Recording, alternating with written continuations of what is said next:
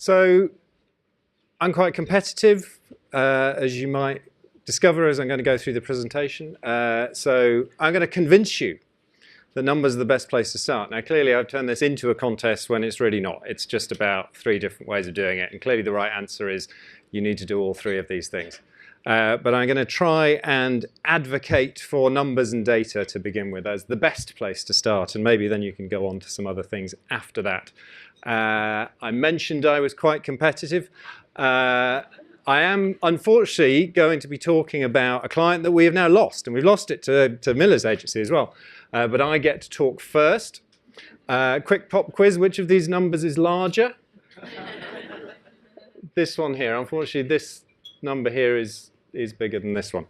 But anyway, we're going to be talking about the National Lottery, because I thought in order to try to convince you about why numbers are the best place to start, it's best to take you into a real case rather than do something rhetorically.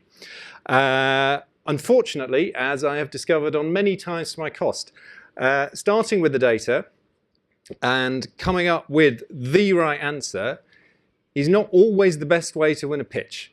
In fact, it's hardly ever the best way to win a pitch.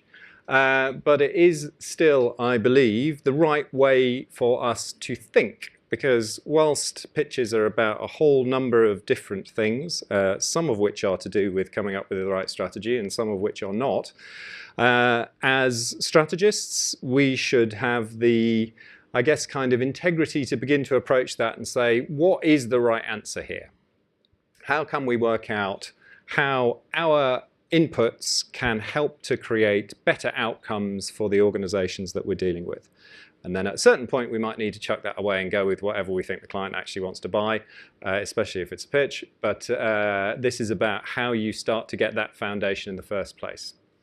It's particularly important nowadays because we are living in a world of opinions. And this has never ever been as true as it is now. It is driven by, fueled by social media, where everybody feels as though everybody has an opinion, and hey, maybe climate change is happening, maybe it isn't. We can all debate whether it's true or no, it's fucking true. Like the data says it's true. It's not a matter of opinion. There are a number of things in the world that are definitely true. Numbers help you start to understand what is definitely true. There are some things that are a matter of debate. And partly starting with the numbers and the data enables you to work out which things you can prove and which things you can leave to be a matter of debate. But whilst we're in a world of opinions, I believe it is partly our job, particularly in agencies, which, whilst the world is a world of opinion, agencies, of course, are even more worlds of opinion. Everybody has an opinion. And we can at least start to bring some proof to the table when we're talking about that. So it is important and it is our role. It is our role partly for this. Nice to bring one of the kind of most authoritative academic views on marketing to the table at this point, and business in general, which is one of the things that numbers are really good at. And I think one of the things that numbers and data are particularly good at for strategy is working out what problem you're trying to solve. And that will be partly the theme of some of the lottery data that I'm going to take you through in a second. Because as he says, the manager who comes up with the right solution to the wrong problem is more dangerous than the manager who comes up with the wrong solution to the right problem. So a lot of what we are best at doing is trying to work out what is the right problem. What is the data telling you about the situation you're in, the kinds of people that you're trying to influence, the dynamics of the organization that you're working for, that can help you understand where we should be focusing our creative efforts. Because we spend an awful lot of time in agencies attempting to jump to solutions. We don't spend anywhere near enough time trying to work out what the solution should be for and what it should be dealing with. So this will hopefully help you with that. A small disclaimer before we do this, partly because some of my clients are in the front row as well. I don't want anyone to feel as though I'm riding roughshod over NDAs and confidentiality. All of the data that I'm going to take you through from the National Lottery is entirely in the public domain. Some of it was in the public domain and the clients themselves hadn't analysed it this way, which is always quite an interesting thing to get through. Everything that you can see here, nothing is proprietary data. There's no kind of tracking studies that were commissioned and have only been seen by them. Everything is all derived from publicly available sales data. So I'm not infringing any confidentiality here. I have some opinions which are now definitely not the opinions of the National Lottery, largely because they've now ceased to pay for my opinions. So my opinions are now entirely my own, and they will have different ones. And whether you judge mine to be better than theirs is partly down to what you think of the data I'm going to show you. I have a secret advantage in all of this, though, because in our agency we have a man called Raj Natwani. And Raj is our head of insight. He used to work for the National Lottery. Which is actually not the main reason why he is of most use to us. Raj is a quite brilliant data thinker, and Raj is kind of in the last year or so that he's been working with us and going forward, he's become kind of my favorite person and secret weapon. Raj has a number of superpowers around data, one of which is that he just doesn't mind how many times you ask him to go back again and look at it. He's also one of these data people who quite early on understood that what I wanted was a story, not the truth. And he grasped that quite quickly. A lot of the data people I've worked with want to punch me in the face when I try to do that, but he's not like that because he understands how businesses work. And he's also a brilliant communicator, and he makes data tell interesting stories, and that's what I'm going to try to take you through now. So, big complex business we were dealing with, and they put together in the pitch brief some quite specific questions, but as their incumbent agency, we said, right, look, we're just going to open our arms a bit more widely and try and solve the problems that we know you have as a business and try and solve some of those issues. So we went broad. So what you're going to see now is a series of graphs exactly as we presented them in the pitch.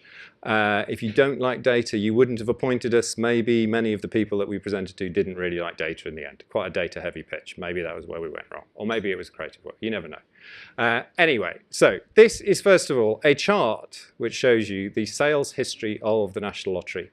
All of their sales, where the sales go, and which games that they have been going on. AMV originally appointed to the business here. It's nice. We did remind them of this for all the bloody good it did us in the end, but anyway. You then start to look at the graph. A couple of interesting things start to happen, and your eye is drawn to these bits and this bit.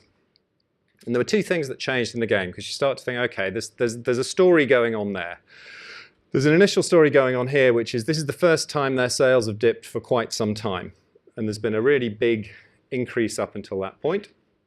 And then the other thing that happens here is they suddenly lurch back into growth and then suddenly fall backwards again. So if you're looking at any kinds of data or any kind of graph like this, you're first of all looking at it going, right, we need to stare at those data points and try and work out what we can learn from those. Now, having worked with them for a bit, we were able to discern what that was. So if you simplify that sales graph and look at it in a slightly different way, we were able to look at this figure, which is a more gradual curve, which shows you the number of people in the UK that were involved in the National Lottery, so the number of people who are playing any of the National Lottery's games. And what you start to see here is that, and this is pretty general of any lottery in the world, right? So it starts off really high penetration. This was the case with the National Lottery themselves. We had the highest penetration of any major lottery in the world when it was launched. It was the most successful launch ever. And then over time, gradually it goes down. And it partly goes down because, of course, experience tells you that you're not winning. And the game tries to continue to tell you you're going to win, but you don't.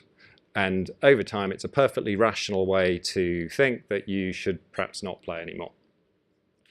Then the other two graphs, lines on the graph that you see here is the amount that each player was spending and the spend per player per week. So what you start to see happening around about here is that the game starts to become dependent on increasing spend per player.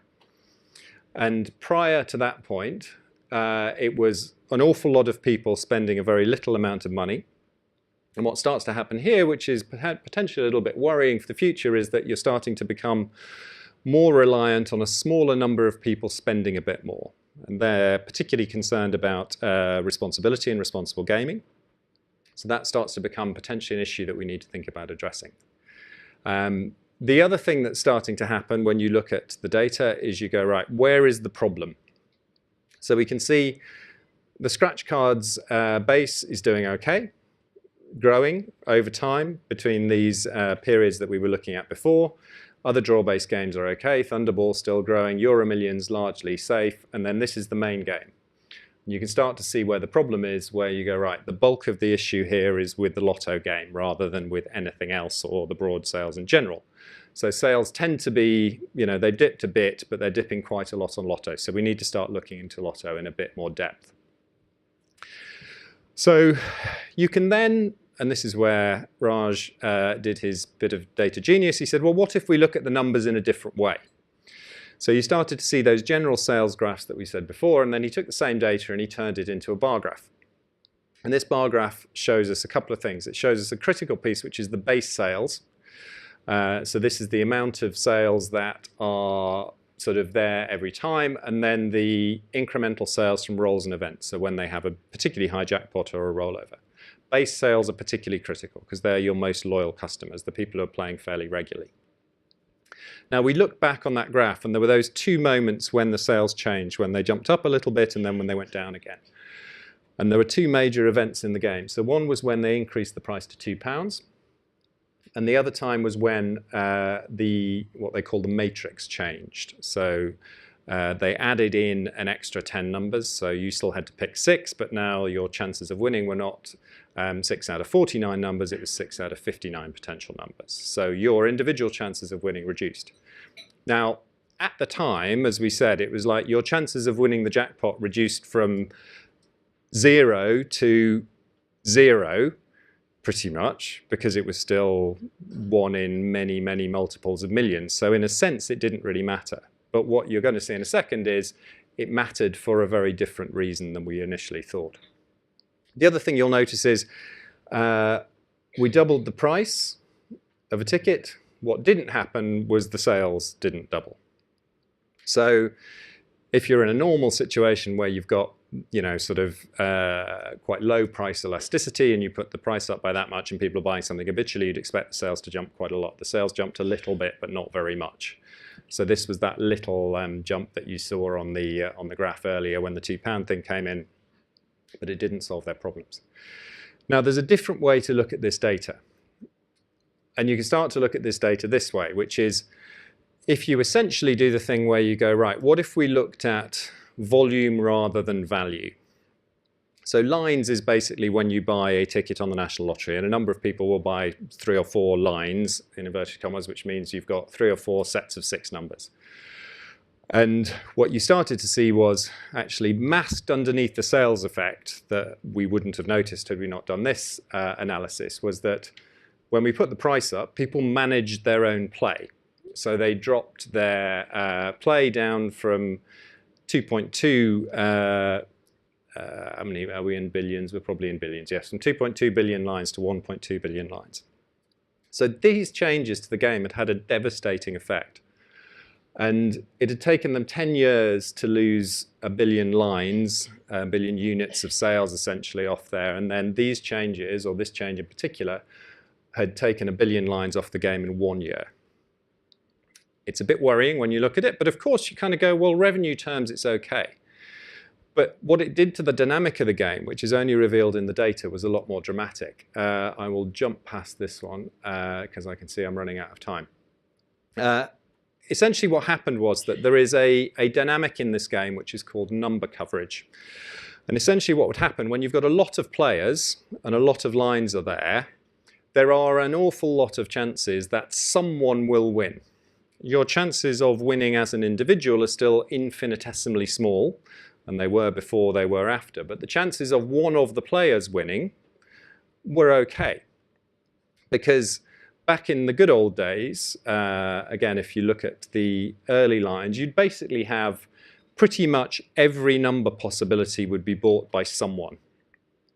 When your sales start to drop, as they did in this area in 2014, when the price went up, and then particularly as they then doubled down on a price increase, which reduced the number of players, and then you increase the number of numbers that could possibly be chosen, you suddenly get this effect here, whereby there are many, many more possibilities that could be chosen than were being bought in the draw.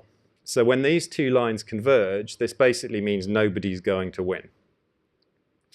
And there's a fuzzy logic thing going on in people's minds, of course, where their individual chances of winning have gone from 0 to 0.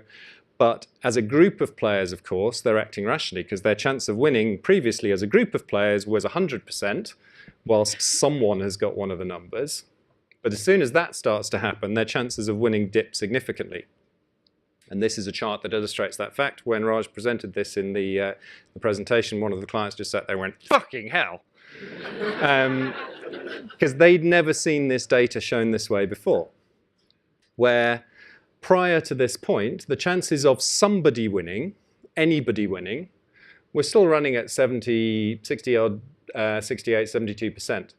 As soon as you start to make those changes, the chances of somebody, anybody winning, drop down to 14%. And this creates a different dynamic, and it was a dynamic that we then had to manage with our strategic response. So we drew from that a number of implications from those facts that then shaped our strategy. We said, the thing is, most weeks, the players as a collective don't win the jackpot. That's not going to change. We'd been neglecting to grow the right channel. The current marketing triggers are driving the least valuable play. The players were suspicious of game changes and we were on our last strike, and the old marketing triggers didn't work anymore. So trying to tell people that they were going to win became a particularly hard thing to do when it was definitely not true because nobody was winning.